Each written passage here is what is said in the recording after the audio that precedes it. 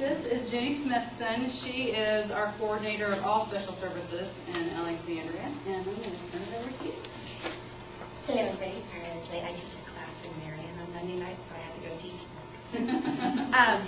I just kind of want to talk about the difference when a child is diagnosed medically with autism versus educationally with autism, because there is a difference in the law.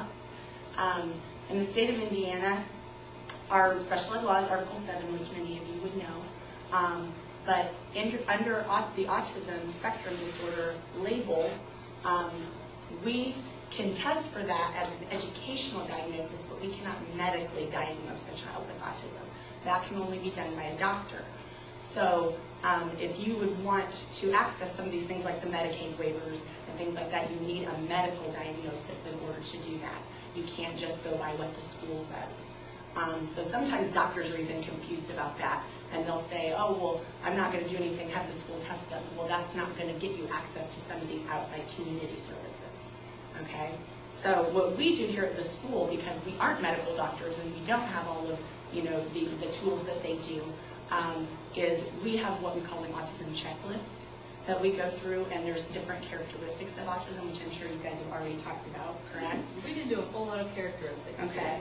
But they do have characteristics, and our school psychologists then would ask parents and teachers to fill these checklists out to say whether you believe the child shows these symptoms or these characteristics.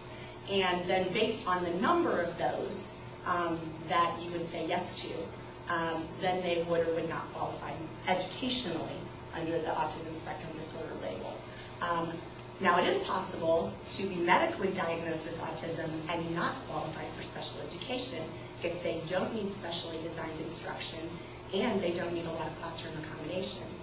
So depending on the severity of their autism, if they're very, very mild case, maybe an Asperger's syndrome, where they're going to all their classes independently, they don't need to go to the resource room for any reason, or they are making all good grades, so they really don't need to access special education services to be successful in school, then they wouldn't qualify for special education, but could possibly qualify under what's called a Section 504 plan.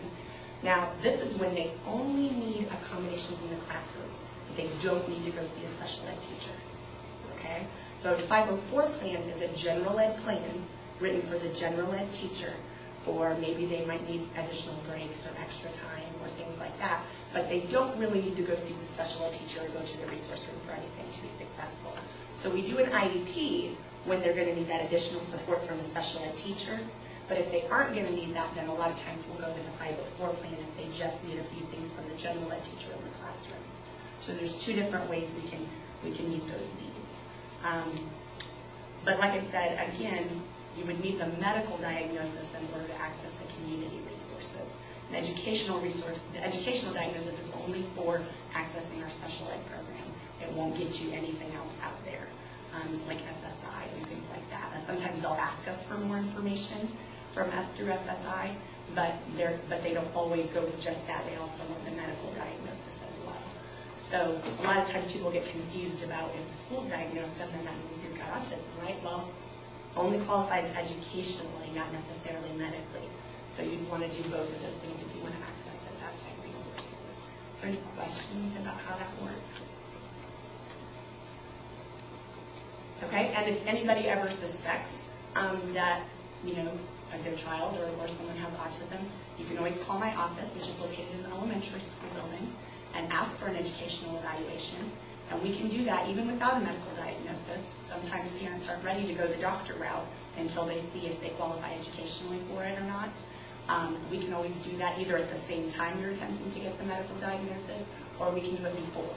So it doesn't matter either way. Again, if they qualify through us, it's not medical, just that educational diagnosis. Okay? Yes. We can do an autism diagnosis down to the age of 3. So we can actually, let's say the child was accessing first step services, which is for ages birth to 3. They usually just, they don't really diagnose them with a label when they're 0 to 3 as much. It's when they come into the preschool, which we start servicing children at age 3. We have a developmental preschool class at the elementary school So when they're 2.5, a lot of times First Steps will contact us, or sometimes parents just contact us if they didn't know about First Steps and say, I'm thinking my child might be autistic, and I'm trying to get something done through my doctor, but I'd also like to see if they're eligible for preschool. So we do offer preschool services to students who educationally qualify for the autism spectrum disorder label. Any other questions? Okay, if you ever have any other questions, feel free to stop by my office over in the elementary. I also have little books over there that are about what to do if your child's diagnosed with autism spectrum disorder, and kind of has a lot of things laid out in terms for people who don't know all the jargon and things like that. So I do have those booklets in my office